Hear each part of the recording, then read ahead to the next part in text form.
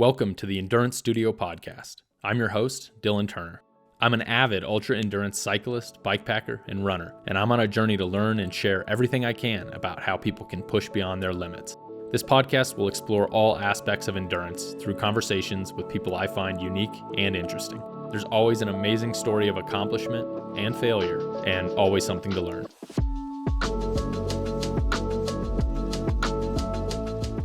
I run this podcast from an off-grid mobile studio I've created so I can travel to the guests and have authentic, in-person conversations because I believe in the importance and power of face-to-face conversations. Thank you for watching and listening. This episode is brought to you by Squirrel's Nut Butter. Who doesn't need a little extra lube in their life? They make adventure lube. It's the best in the business. I use the saddle butter for riding and the anti-chafe for ultra running. It's all natural ingredients, sustainable packaging, and it's locally manufactured here in Flagstaff, Arizona. And go check out episode number 4 with Chris Thornley. He's the owner and operator of Squirrel's Nut Butter. He's an amazing human, and he's got some really great stories on that podcast. So check him out. You can use my unique promo code, Endurance15, for 15% off any of their products online at squirrelsnutbutter.com, or you can click the link in the description and it will automatically be applied to your shopping cart. So please use that code. Go buy from them. Let them know that their support of this podcast is paying off for them, and spread that lube love.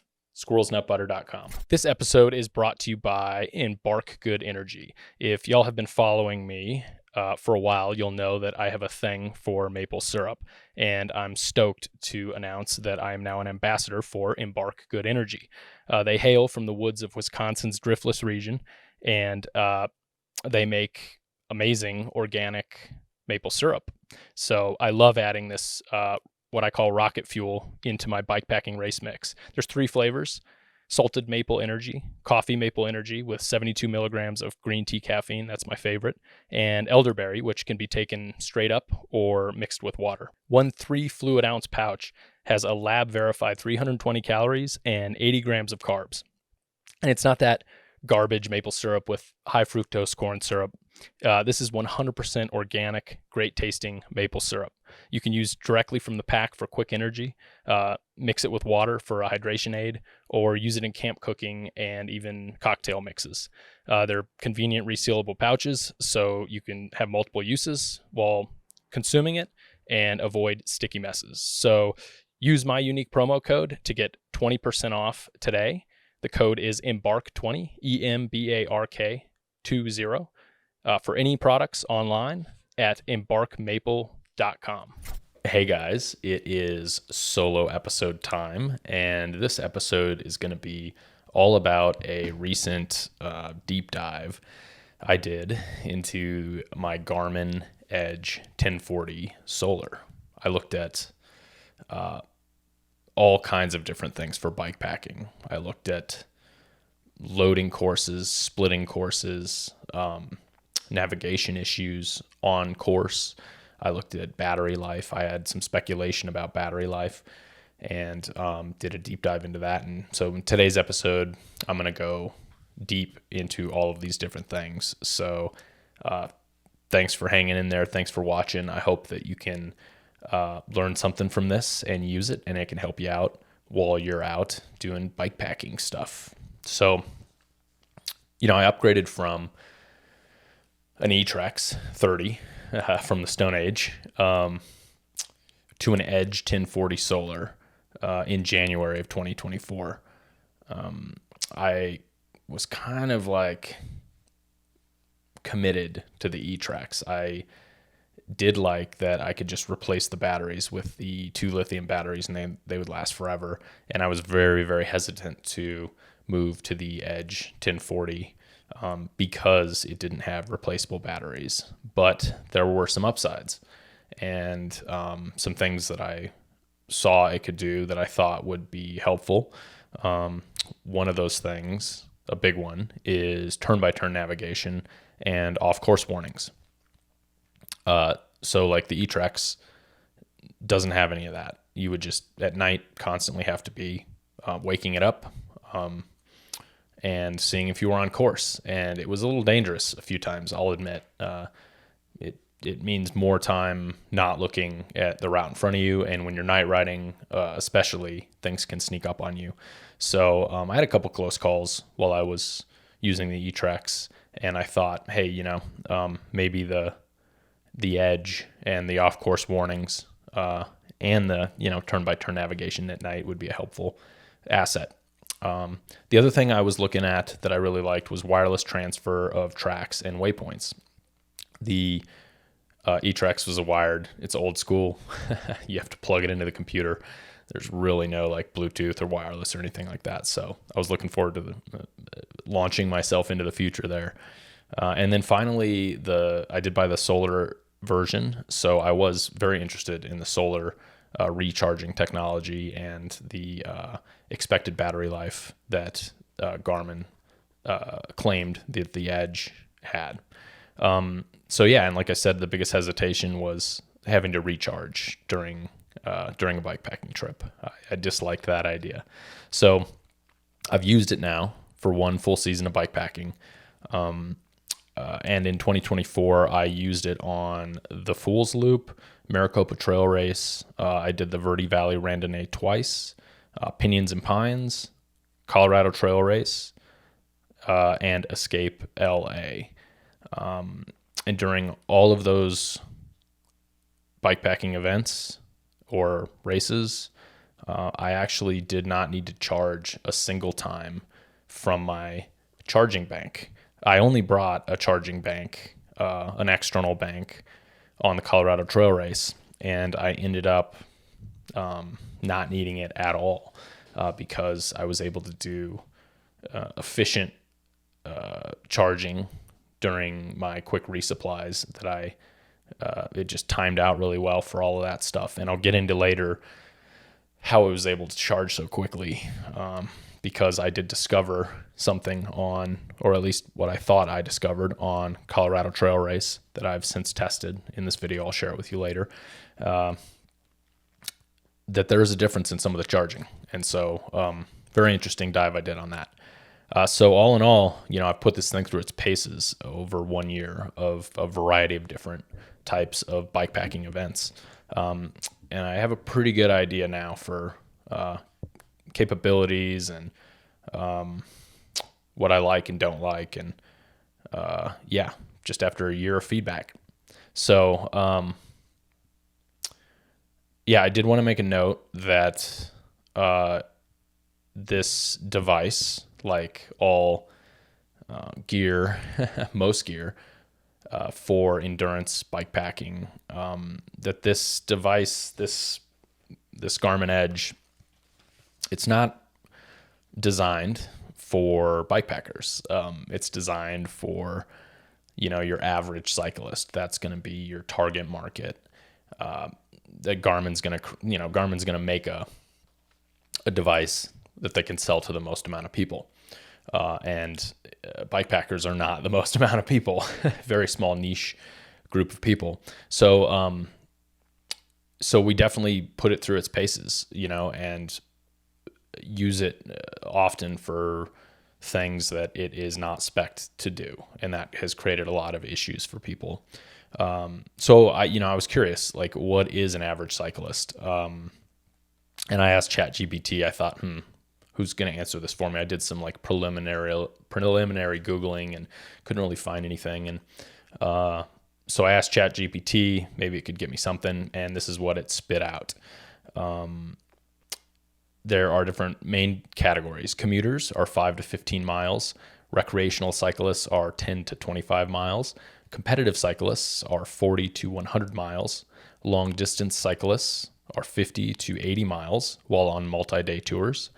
And that spit out a global average of likely in the range of 5 to 20 miles is the average cycling distance for most users. So this device is perfect for that.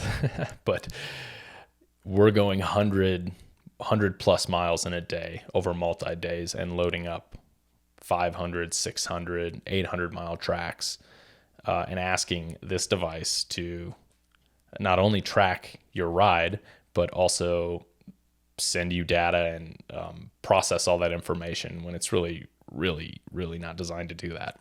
So let's keep that in mind as we're going through this. It's a very, we just assume these things should work, but it sometimes doesn't work that way. And one of the big things with this device is the balance between computer processing power and battery life. I haven't really talked to anybody at Garmin about this, but generally speaking, computer processors take energy, they take power, and you're trying to find, the engineers on this device are trying to find a balance between those two. What do you need to process the most common track sizes and route sizes? And how long can we make this last for your average cyclist that we're going to sell this device to? So, most people, like I said, just use it right out of the box without issues. But us bikepackers here in the bikepacking community seem to like to break things and test things to their limits. And the Garmin Edge 1040 is not outside of that category. So yeah, let's get to the why, about why I'm deciding to put this information out. Really, this past year doing the podcast and talking to multiple people have had issues with their Garmin. They've reported to me battery issues, recharging issues, and also navigation issues. So it's been creating disruptions in their bikepacking experience. I had some of these issues, specifically on Escape LA, where I had a route loaded up. I loaded the entire track up, the entire course up. Sorry, we're going to get into like definitions in a little bit, because there's all kinds of terminology that's used, and it's very important that I try to consolidate this terminology down into a digestible form, so we're not using one term for something else and intermixing stuff. So I'll get to the naming conventions in a minute. But Escape LA, I had rebooting problems with the Garmin. It went into a reboot cycle, very frustrating. It was nighttime. I couldn't get the course to load up. It was just basically like short-circuiting my Garmin. It tried to reroute, and then, and I thought I was absolved from that because I thought I knew this device well.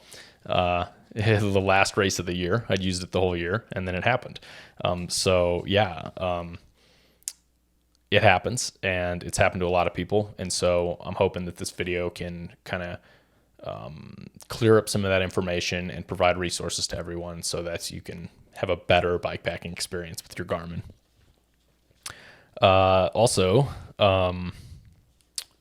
Andrew Stremke has recently put out a posting on his blog, disperse.bike. He put out a tutorial. So apparently he's been hearing the same thing. And Andrew has a lot of information in and around Garmin. So he put out a basically written top to bottom, this is how I set up my Garmin, this is how I use it, these are all of my settings with screenshots and everything. It's a fantastic resource for anyone who basically, I think if you just want to start somewhere, that's a fantastic place to start. Now in this video, I did go through it and I did set a lot of those settings, but there were a couple things in there that I prefer to do a little differently.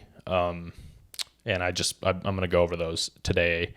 I've been using a MacBook to transfer all of my routes and stuff. And as the world, begins to move away from personal computers and laptops and more towards devices and phones, there's sometimes a gap in information on how to perform some of the processes. So downloading routes, transferring routes, managing routes, all on your phone.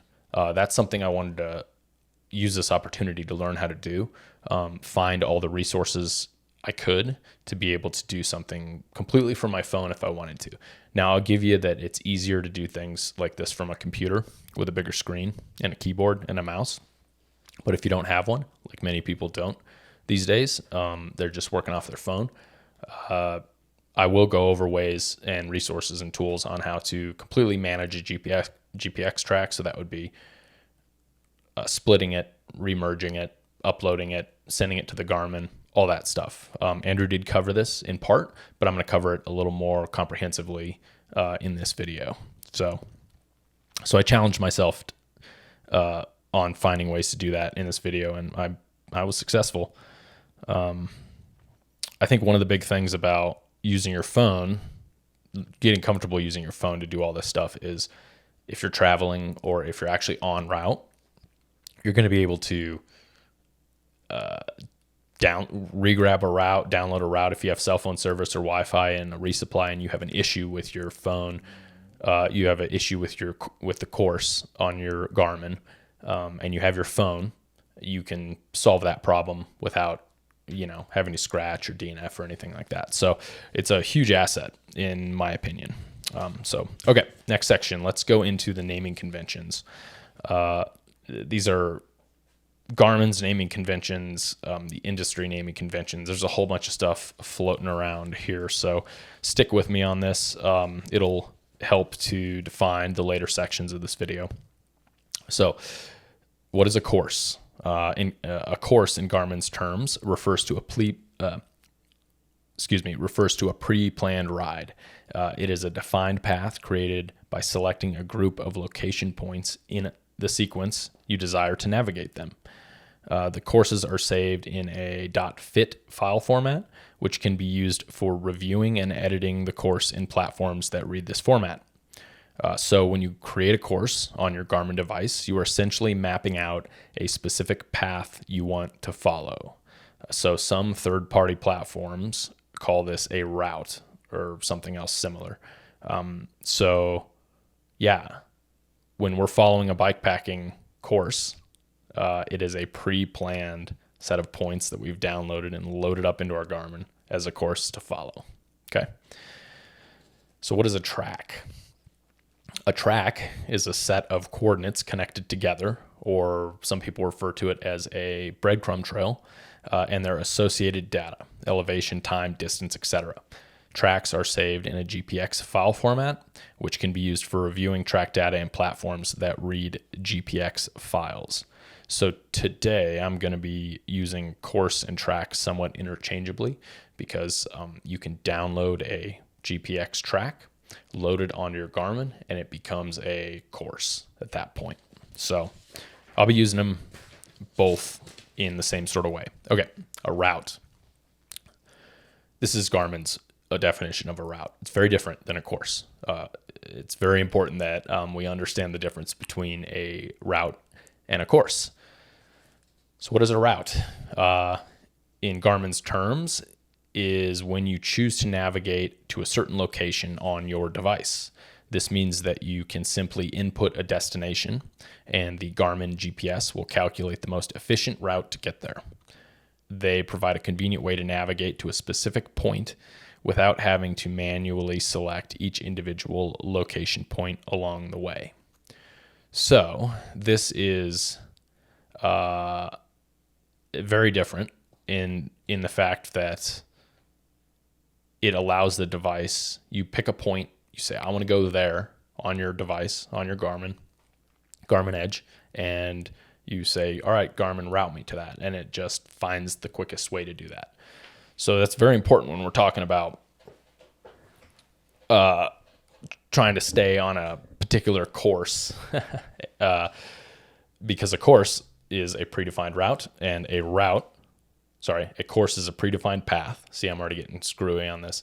And a route is, it doesn't necessarily matter how you get there. What matters is that you're going from point A to point B. Okay. Next is a ride. When you record an activity and save it, it's called a ride. That one's pretty straightforward. Next is a waypoint. So this is a saved location at a specific GPS coordinate.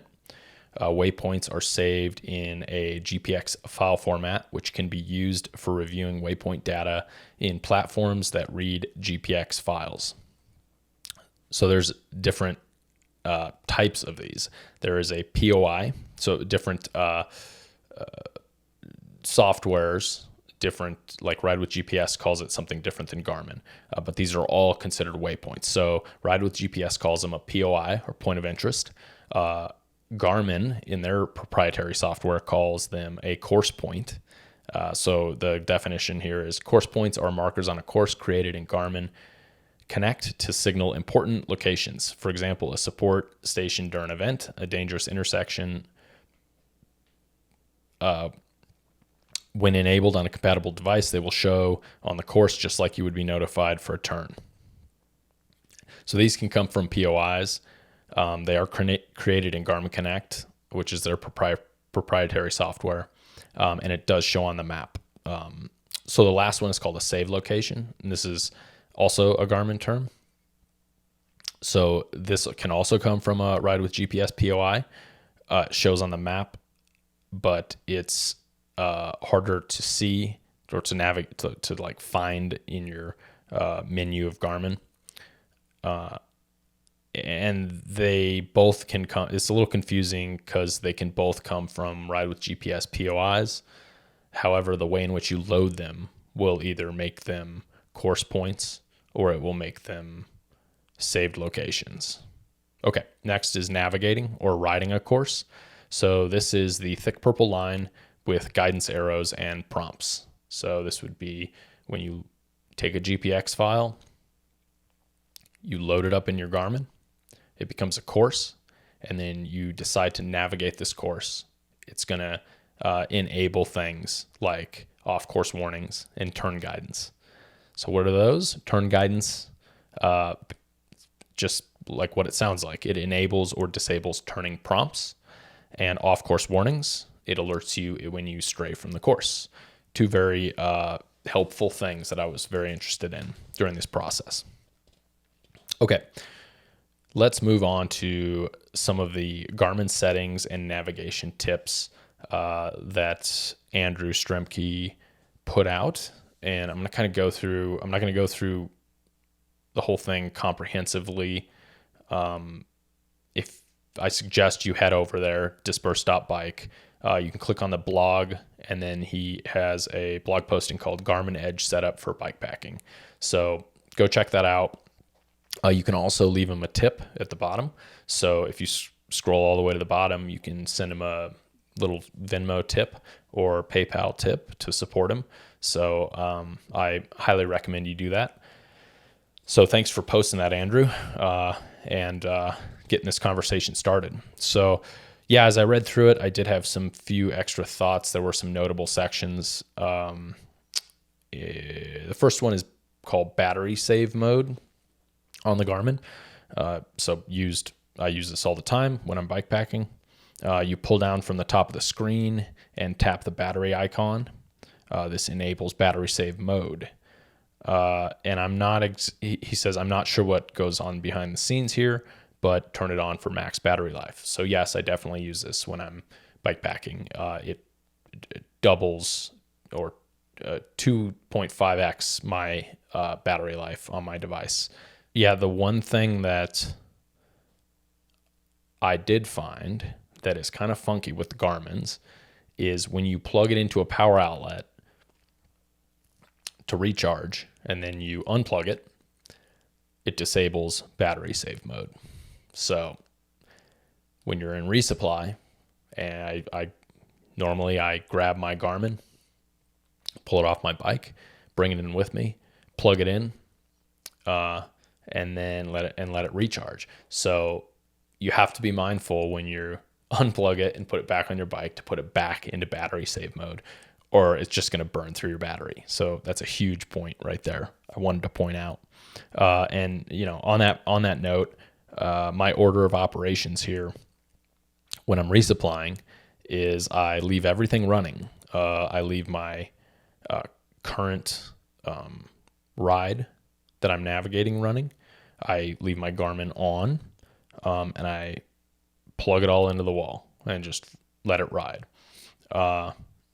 One would think that it would recharge faster if it's turned off as opposed to on. I'll get to that a little later. That's not quite how it's working, according to some of the measurements I did. And then my end of day bikepacking order of operations is I stop the ride and save it. And this is very important because if you continue to log rides day over day over day, all in the same, it's all tracking it the same, and it's not stopping the tracking and saving the file out separately, then it's starting to overload that processor over and over and over. And as the days go on and you are tracking more data and you are asking the Garmin device to also load that data, load the elevation data, the climbing data, and the turn-by-turn information, that just compounds and overloads that processor. And then it's going to shut off. You're going to lose your ride data. It's just going to be a problem. So at the end of the day, stop the ride, save it. It's going to just save for that day. Then I turn off the device, and then I go to sleep. Roll out my stuff, go to sleep. Next morning, I turn on the device, I load the course, I start the ride, and I check to make sure that power save mode is on. I do recall seeing that it had turned off when I started the next morning. It did not keep that setting over when I turned the device off and then turn it back on. But when I tested it more recently, it didn't seem to do that. It held the power save mode.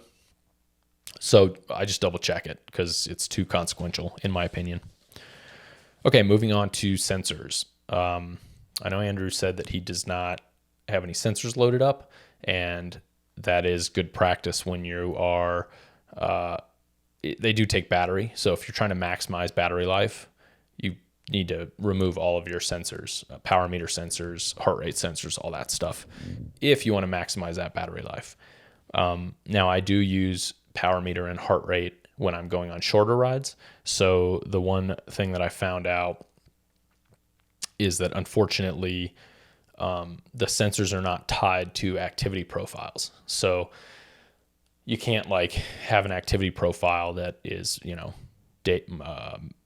mountain biking, which is just for day mountain biking, and have your sensors included in that profile, and then have a different profile for bikepacking where you don't have any sensors. You actually have to add and remove those sensors before you start a trip and after you start a trip because they're a separate process. So that's kind of a bummer, but it is what it is there. So just, remember, if you are using those, remember to delete those, remove those sensors before you go on a bikepacking trip. Make it part of your prep routine for the bikepacking trip. Okay, on activity profile, under alerts and prompts, I pretty much follow everything that Andrew has on there, where I have most of the alerts and prompts turned off. Now, one note, I do like keeping the sharp bend warnings on when I'm doing gravel rides at higher speeds in the middle of the night.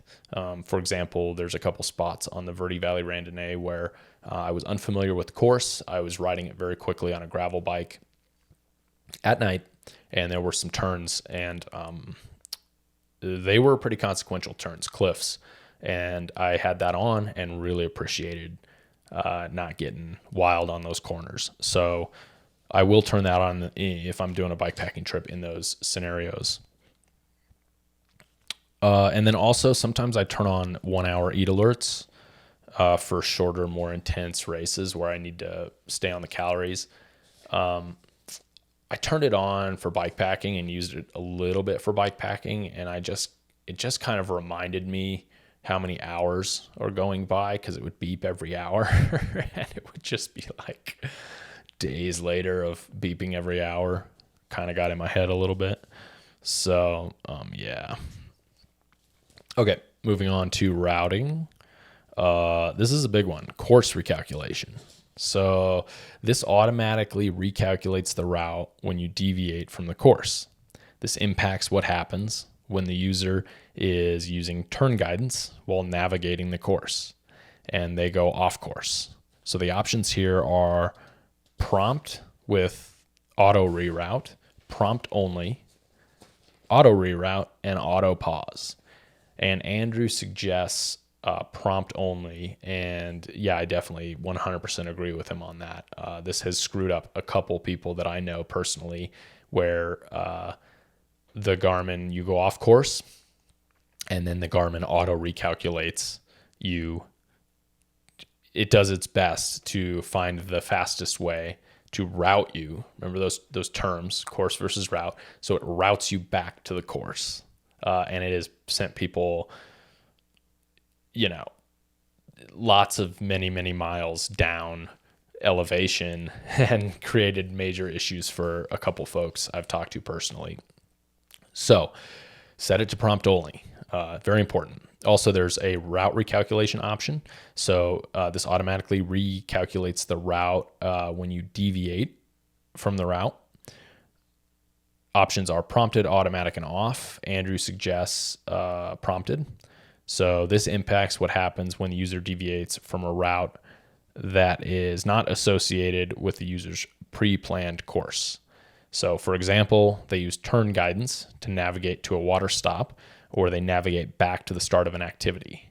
The difference here is that the particular shape of the route is not important in this case, just the destination. So generally, when you are doing bikepacking, when you're doing a bikepacking trip on a predefined course, you never ever want any recalculation, auto recalculation to happen ever. These are like features if you are driving in a car somewhere or in a boat and you just want to navigate to that location as quickly as possible, and Garmin's going to figure out how to find it there. So don't use it. It'll screw you up. So make sure you follow those instructions. All right, we're going to go over loading GPX methods with Ride with GPS. A quick note regarding these items. So these would be the POIs, saved locations, waypoints, and course points. Those are all kind of like the same thing when it comes to navigating. So I prefer to have these on my device with my course. Some people have mentioned to me that they don't load the POIs or the waypoints. They don't load them with their track on their device. So I prefer to have them on the Garmin. So as I'm navigating, I can see them right there on the map, as opposed to like having them in a separate sheet or notes in your phone or something like that.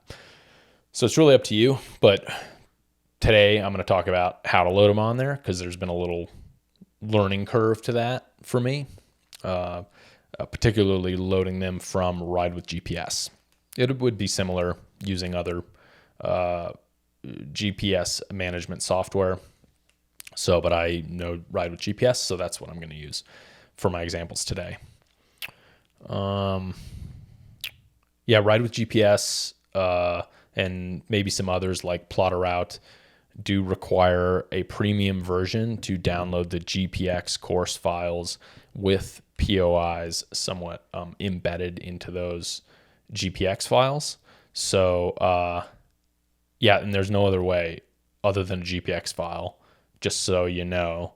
No other file format that I know of, so like whatever TCX and FIT and all that, they don't package or embed the POIs in with the race with the course.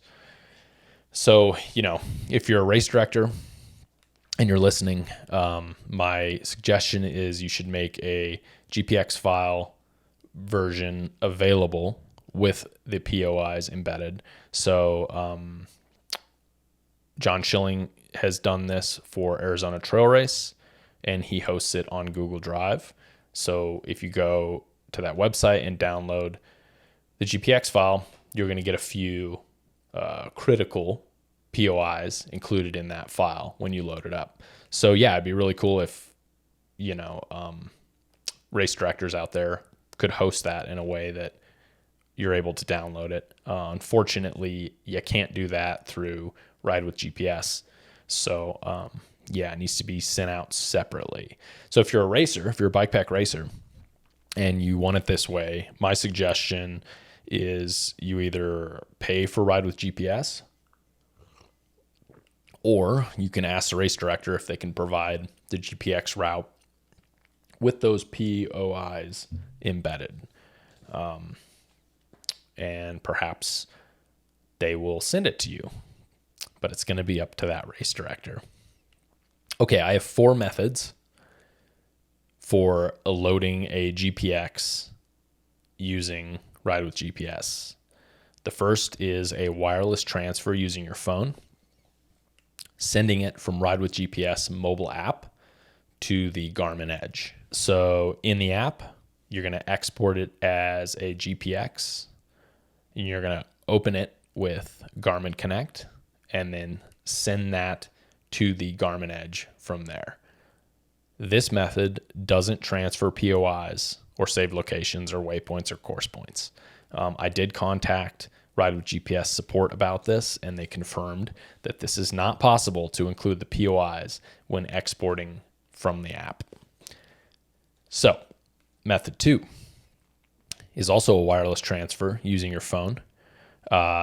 You can pin the route. If you have Ride with GPS, you can pin the route in Ride with GPS. And as long as you have your Ride with GPS account linked to Garmin Connect, and I'll put in the description on how to do this, it will automatically sync to your Garmin. So it's really pretty cool. But again, this method doesn't transfer POIs, save locations, waypoints, and course points. So it's a really good method for, I'm going to go out for a day ride and I just want to quickly build this day ride or download it and pin it in Ride with GPS, whether I'm in the app or on the computer. And then once I load up and sync my Garmin, it's good to go. It's on there. Okay, method 3, and this is my preferred method. It is a wireless method using your phone, and you can send from Ride with GPS website to the Garmin Edge. So not the app. This is the critical component here. So what you do is you go to your phone browser, and you go to RWGPS.com, and then you export it as a GPX. So you are simulating as if you were using a computer on this, but you're just using your browser and your phone. You export as GPX, and then you click the include POI as waypoint button, and then you find the file and you open it with Garmin Connect and you send it to the Garmin Edge. So what it's going to do here is convert the POIs into what are called course points. So that's Garmin's version of POIs. And then load those course points up as little flags on your device. So this is a great way to do it with your phone to your Garmin and include those course points. Now, the 4th method is a wired method using a computer. And this is the method that the Ride with GPS support team recommended that I do if I want those POIs transferred over. So, but I didn't really like the wired version, so that's why I suggest method 3. But on this method, it's using a computer, transferring from Ride with GPS to the Garmin Edge device. You go to your computer browser, go to RWGPS.com, export as GPX, include those POIs as waypoints, and then plug the Garmin into the computer, go to a folder called New Files, and drag and drop that downloaded GPX file there. So it will load up on your Garmin next time you turn it on, and those POIs from Ride with GPS will become what are called saved locations, and you can double check that those waypoints are in there. So method 3 and 4 are different ways, a wired and a wireless version of getting those POIs over onto your Garmin. Okay, moving on to always display course. So we're going to head back over to Andrew's blog tutorial here. He has a note on always display course. And I didn't even know what this was before Andrew pointed it out. So thanks again, Andrew. But it's kind of interesting. So if this is on, you can see and ride the course without pop-ups, prompts, recalculation, or disturbances, as it is simply shown on the map, even if you have chosen to navigate it. So this doesn't navigate or ride a course, and it disables the turn guidance. But, I kind of found that there is sort of a middle ground here option that wasn't mentioned in Andrew's blog. If you go to home screen and then navigation courses and then 3 dots in the top right, and you turn off turn guidance. So this will allow you to navigate or ride the course and see the course points and climbing profiles and directional arrows, and keep your off-course warnings. But it's going to disable your turn-by-turn guidance. So I actually prefer to use this method over completely disabling all that other stuff. I still use a lot of those things, specifically course arrows and course points, so the POIs. I find those very important, and I do like the climbing profiles. So yeah, this is one method I like to use. Instead of completely disabling the whole thing. Okay, let's move on to the next section, which is route management, splitting, filtering, and merging. There's a lot going on here, so hang with me. Okay, so why does one need to split up a track or filter? You may have heard you got to filter to under 10,000 points. So the reason is older units like the Etrex don't support files larger than 10. This is one reason. Older units like the Etrex don't support files larger than 10,000 points. And Andrew says if the course is over 200 miles long, he likes to split it up to keep things loading quickly. He prefers to split the full resolution file rather than resorting to a 10,000 point version, especially if you want to use always display. Otherwise, the lack of resolution will make it difficult to determine which trail to choose at a fork.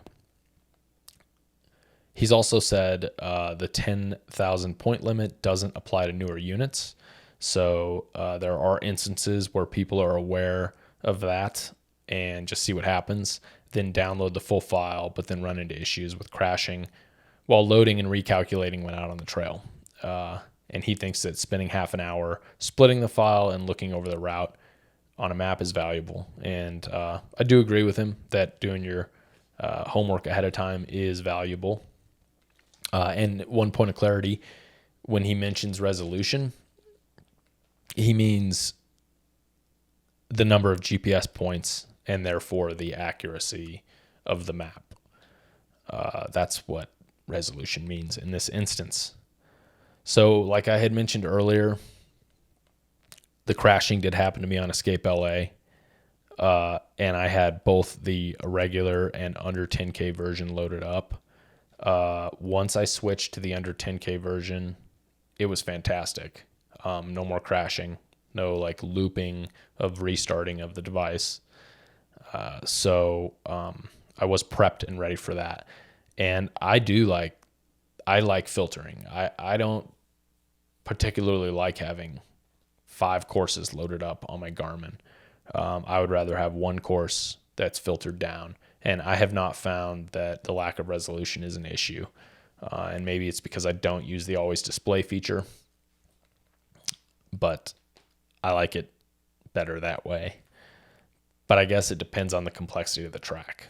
So I might have to split up, say, for example, the Arizona Trail 800 mountain bike race into, 2, maybe 3 courses over time.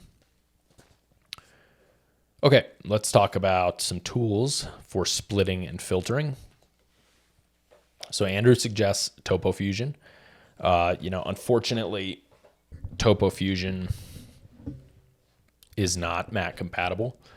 and it can't be used on a phone browser. So a couple of issues for me there because I have both a Mac and I like to use my phone for certain things. So I have a few methods here for you that are a little bit of workarounds.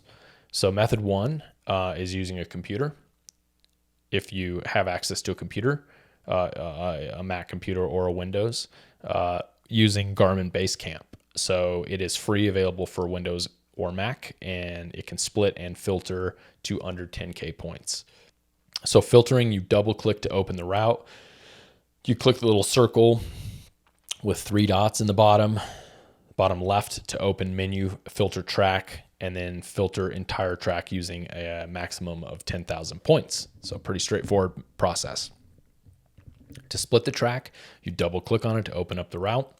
You select the point where you want to split it, and then you click the circle with 3 dot in the bottom left to open the menu, and you click split at selected point. So that's pretty self-explanatory on how to do it there. All right, so the second method, you can use a computer or you can use your phone browser. You can go to GPX.Studio, and this is a cool little free online browser-based, they call it an app, but it's a browser-based tool that can be used on a phone as well as a computer. It's free, so donate if you can. If you have the means to donate. Who knows how long it'll stay free. So they call filtering minify, kind of an interesting word, but same difference. So you go to File, you open the GPX file that you have, and then on the left side toolbar, you can click the filter icon, and you can use the slider to reduce the points to just under 10K, and then click minify. It will simplify it, and then click File, Export, and download the file, and you're good to go there. Splitting, it's got a cool built-in split feature. File, open GPX. On the left side of the toolbar, click the scissors icon, and then the track actually shows, like, it automatically places little scissors icons. And if you zoom in, they become more frequent. And if you zoom out, they become less frequent. So you can kind of find the right spot. And then all you have to do is actually click on the little scissor icon that's actually on the track, and it'll split the track at that point. Really cool. So then it creates 2 little tabs essentially at the bottom, and each tab is a separate part of that split route. So fairly easy to navigate on a phone. Doing this is difficult on a phone no matter what, but this seems to be the best app that I've found to be able to do this easily and for free. And then when you're all done, they're all color coded at the bottom too. So pretty straightforward. So when you're done, you can click File and then Export All, and it will download all of the split tracks out. So really cool. One note on filtering. It is good practice to use Basecamp or GPX.Studio to overlay the tracks on top of each other. So if you filtered a track and you've created a under 10K version, I like to just lay them on top of each other, just make sure nothing funky happened. It makes me feel much better. So that's just good practice. And if you have Ride with GPS and have premium, another note here, when you export a file, you have an option to reduce to 10K points, like built into the interface on Ride with GPS, sorry. Don't ever use this option. Don't do it. It doesn't seem to work very good. It like auto reroutes stuff. And so if you do try it and then overlay them, you'll see there's like differences in the track. So it's going to create problems for you in the future. So avoid that when possible. Most race directors will provide a filtered under 10K version.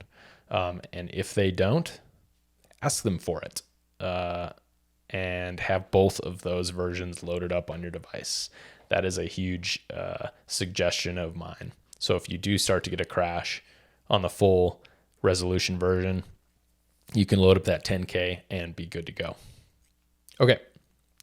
Next, we're going to talk about merging multiple rides into one for Strava after a trip using your phone. So if you followed my order of operations earlier, when you stop and you save at the end of every day that you're out bikepacking, you're going to have multiple files. And your choices are either upload each file as a different event, a different ride in Strava, or you can merge them together into one ride and upload them as one big ride into Strava, which is what I prefer to do. So there are many free online tools for this. So you can use your phone browser to go to connect.garmin.com. You go to activities, all activities, hit the gear icon, and export to GPX in your phone's files. And then, so it'll download all the individual days of your files, of your GPX files into your phone. You're going to go into wherever your files are managed on your phone, and it's very important to compress the files in order to go to the next step. And I like to use a tool called gotoes.org, GOTOES.org, to merge the tracks together. So go to the phone browser, go to gotoes.org, and follow the steps to upload the compressed files, and it will combine them. So you're compressing them because they don't take files that are larger than 20 megabytes. So if you're riding, 70, 80 miles a day, they're going to be bigger than 20 megs. So compress them and then upload them. And then it'll download the combined file, and then you can use your phone browser to go to strava.com. Don't go to the app, go to the browser, and you can upload the activity manually and by selecting the file. And sometimes this takes a little while because it's a relatively big file. Okay, one note, if your Garmin if it auto pushes activities, so Garmin through Garmin Connect will auto push or auto sync activities to Strava, you will have to delete those activities first from Strava, or else it's going to see them as a duplicate activity and not allow you to upload the new combined file. So once you're sure you have downloaded those and you've combined them, you can delete those from Strava and then re-upload your new merged file, and you will be good to go. So this, again, this can all be done from a computer if you want, and it's way easier to do it from a computer, but you can do it from your phone if that's all you have. I went down a pretty deep hole for this one on charging.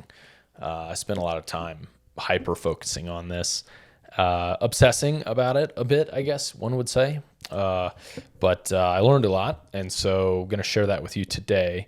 And take it with a grain of salt. Do your own testing. I'm going to show you what I did and the tools that I use for charging or faster recharging on the Garmin device, on the Garmin Edge, and some of the cables I use and, the process I went through. So what does Garmin say? Let's do a little background about this. Garmin says when you need to charge your battery, use an available USB port on your personal computer with the USB cable that came with your Garmin device. Note that these ports can vary in output, which will affect the speed that the battery will charge. Okay, well, we're not carrying our computers with our USB ports while we're out bikepacking. So, next question. Can I use a wall charger from my phone? They say a wall charger from a cell phone may be used to charge your Garmin device.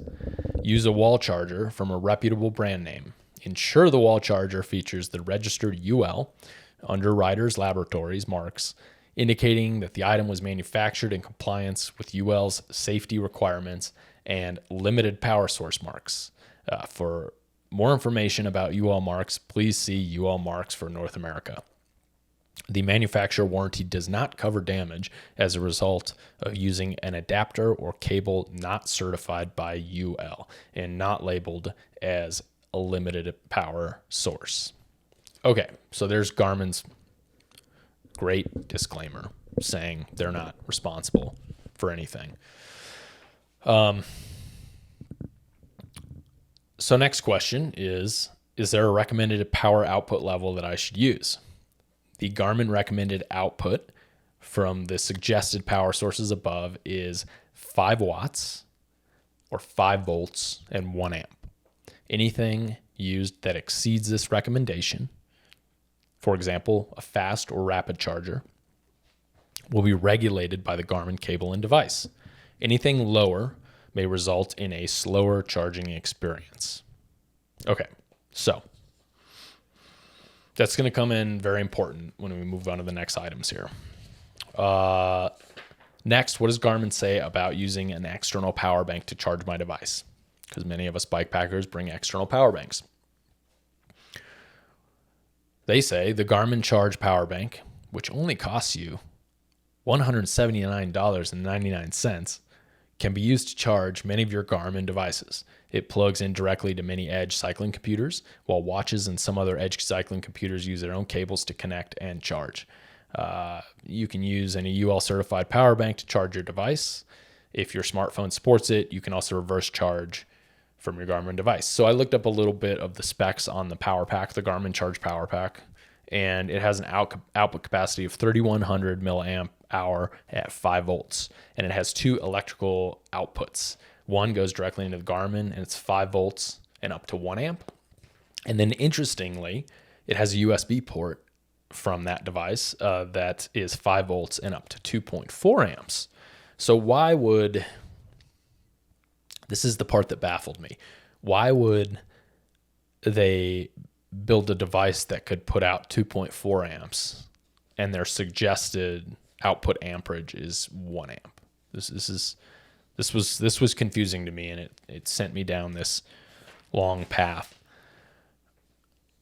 So they also say about their power bank that if necessary, use a USB cable to reconnect the Edge device to the output power, USB-A port on the battery pack. So they say it's okay to use that 2.4 amp output. So it's got me thinking, like,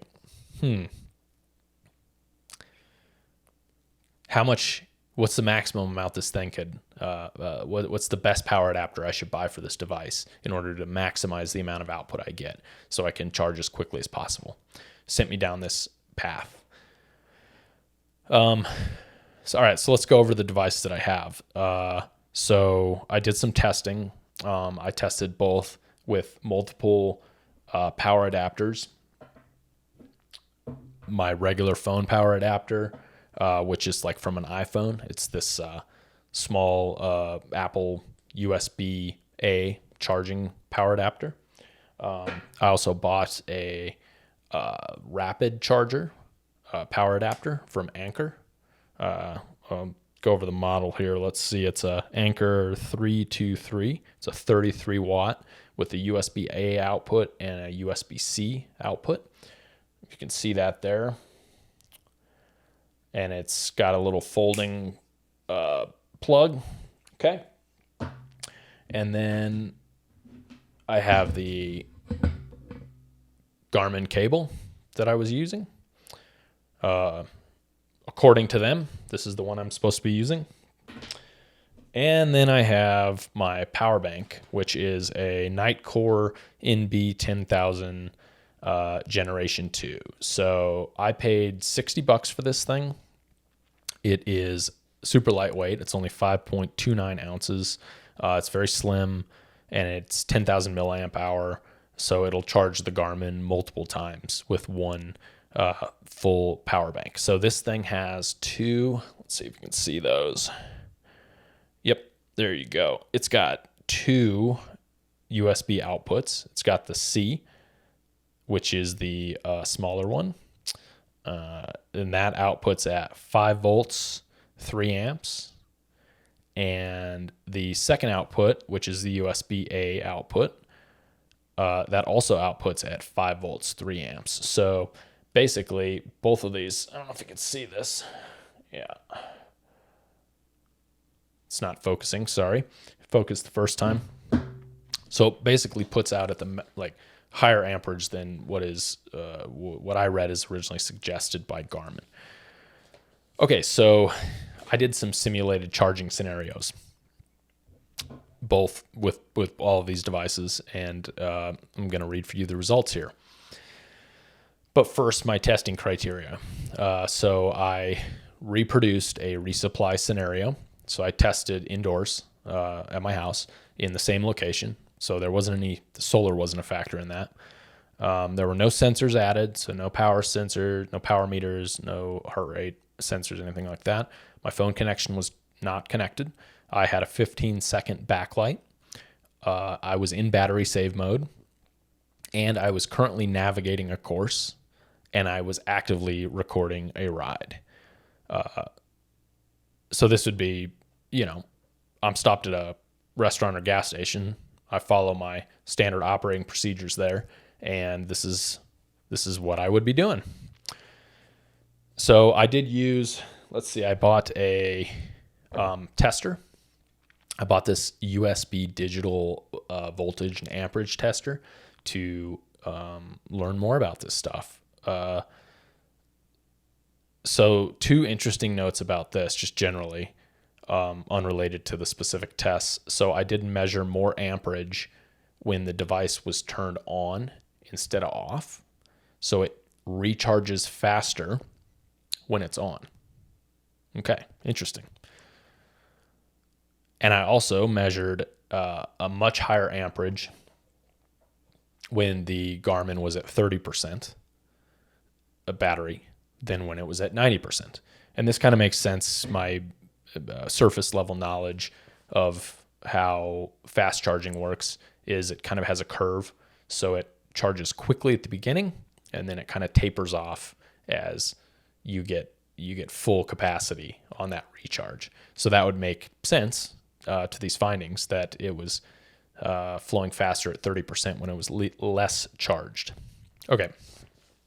My first test, I used the Apple charger. So this is a 5 watt. Sorry. Yeah, this is a 5 watt cube.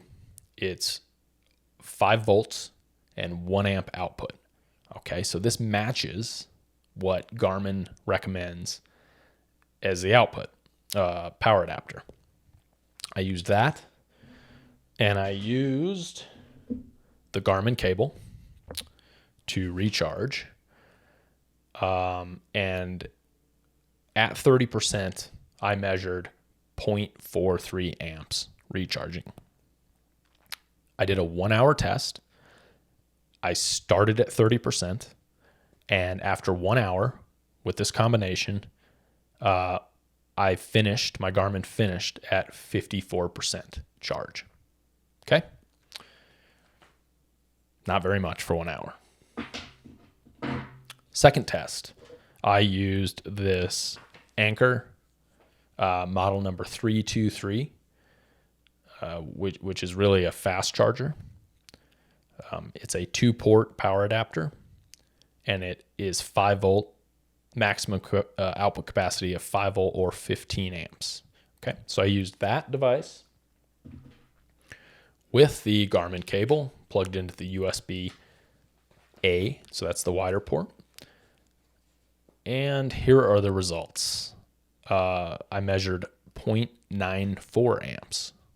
So I'm getting double the amount of amperage into the Garmin that I got with the Apple standard kind of phone charging wall plug.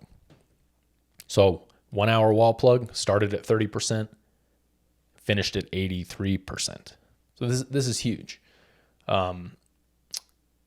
And measuring it at 0.94 amps, it's keeping it under that 1 amp maximum. So what's happening is the Garmin is regulating down that signal, that amperage, but it, to keep it under a safe zone, so it doesn't damage the device. However, it's charging twice as fast. So I did ask, the one thing in this, I'm using the Garmin cable, but I'm not using a UL certified power block. So take that what you will with that. I did reach out to Anker about that UL certification on this, and they said, I'll just read you their vanilla statement. I understand your concern about ensuring safety and quality for the Anker charger. Before making a purchase, unfortunately, the specific information regarding UL certification for the Anker charger is not available in the provided context. However, Anker is known for producing high quality and reliable charging products, often adhering to various safety standards. The Anker charger is designed to provide fast and efficient charging for a variety of devices, and it typically features overvolt protection, temperature control, and more to ensure safe operation. For the most accurate and detailed information regarding certifications like UL, I recommend checking the product packaging or the official Anker website, where such details are usually listed. If you have any other questions and need further assistance, feel free to ask. So yeah, I mean, that's like corporate speak there for, we don't do UL certification, but we think it's okay. So I would say that I think it's okay. I think it's fine. Especially since I was able to measure, I'm good with Anker. I think Anker's like a really good name. I wouldn't buy a non-name brand power adapter just to cheap out.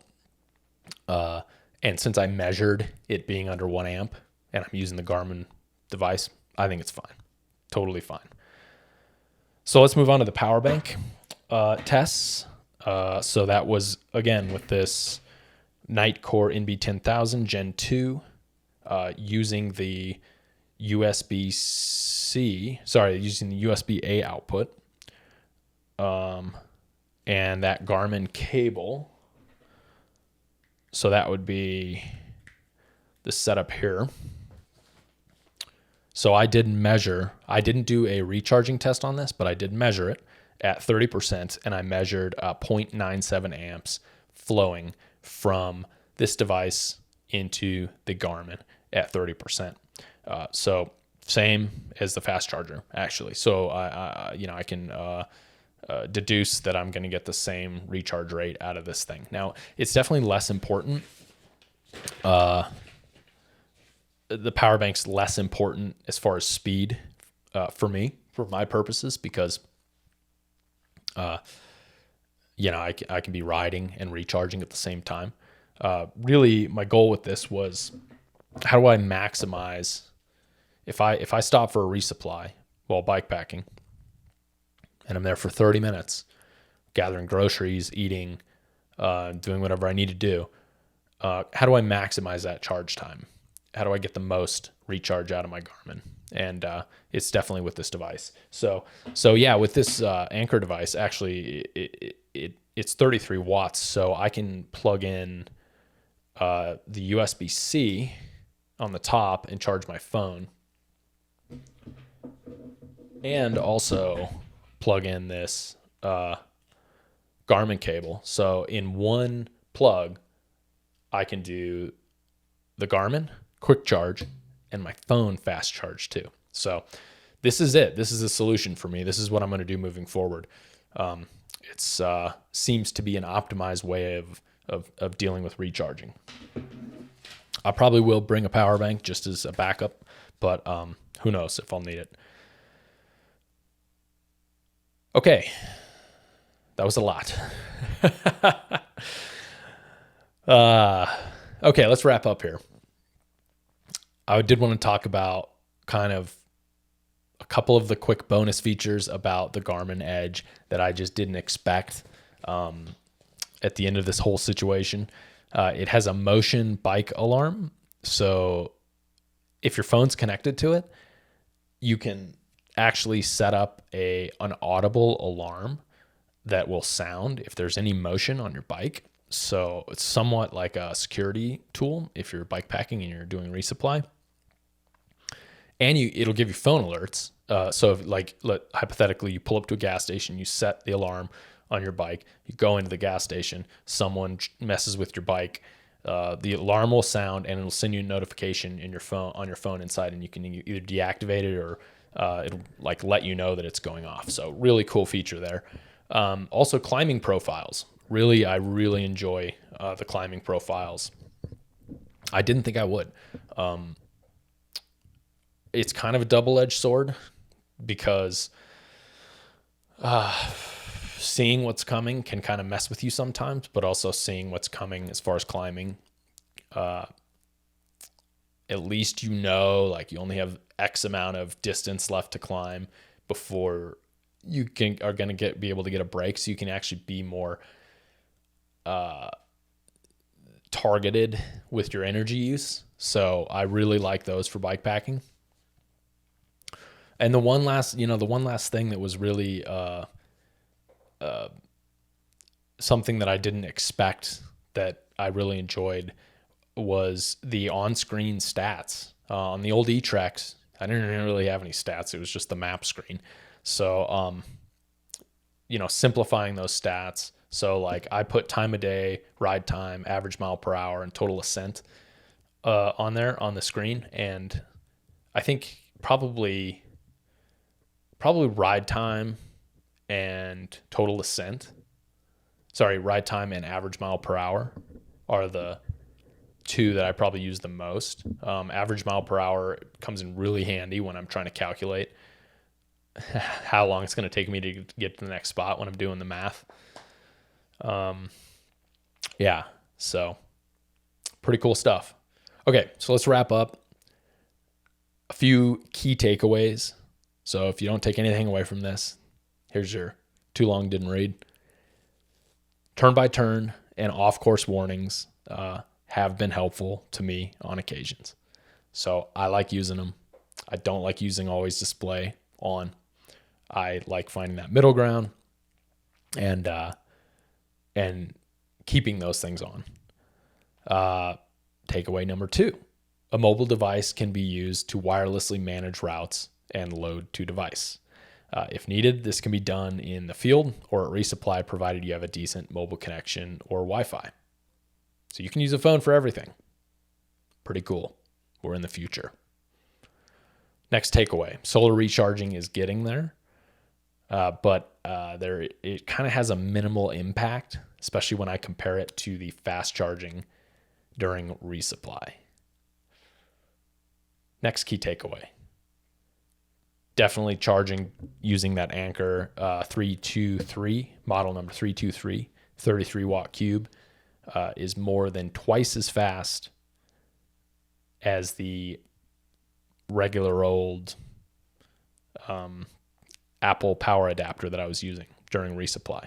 So although it's not UL certified, and I'll mention this again, I'm confident that using that power adapter along with the Garmin cable is going to be just fine moving forward, because it does not exceed that 1 amp maximum that I measured on the device. So that's it. Thank you for sticking with me on that. If you have any questions on any of this stuff, hit the comments. I'll put all of the important links and everything in the description, so check those out. Have you had problems with your Garmin? Have you experienced any of these problems? If you have, I want to hear about it. Put it in the comments. And if you find this stuff useful, if you find any of this information useful, become a member, subscribe to the channel. You can hit me up with a super thanks. You can give me a one-time gift with the super thanks. Don't forget to check out Andrew Stremke's website, disperse.bike. Buy bikepacking bags from him. Give him a tip. He's a legend and puts information out there for us all to benefit from. So we appreciate that, Andrew. Also, if you can, GPX.Studio, donate to them. And that's it. So thanks for watching, listening, and we'll catch you next time. I wanted to let you know a few different ways that you can support this podcast. Of course, you can like, subscribe, and share with your friends. tell other people about it. Tell your friends and family. If you think these conversations I'm having are valuable as I think they are, share it, send it out, ask them to subscribe. That would be amazing. That's a free way that you can support.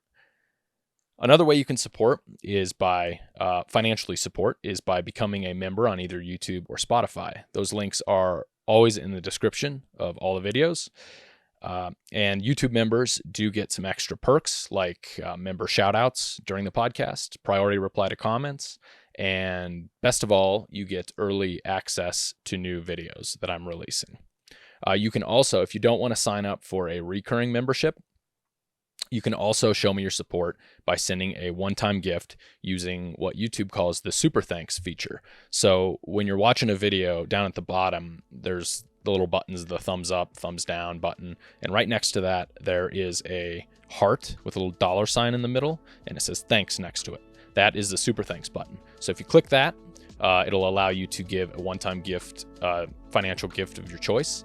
And it's just incredible. Like seeing the support that I've gotten so far from both members and from Super Thanks is just amazing, and it is definitely allowing me to keep this thing rolling down the tracks.